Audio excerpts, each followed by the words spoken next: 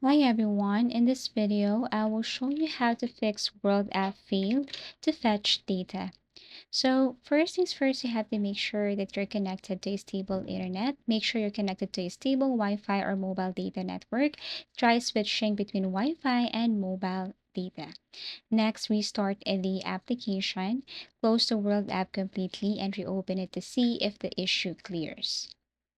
Number three, if this method didn't work, and then what you're going to do is you have to basically long press World App, tap App Info. Here you have to look for storage or storage usage. Click this one right here and then look for clear cache. If still failing, tap clear data. This may log you out, so ensure you know your login details or recovery phrase. If this one didn't work, then the next thing to do here is update the application. To do that, you can now exit this part, go to Google Play Store or App Store, and then search for World App.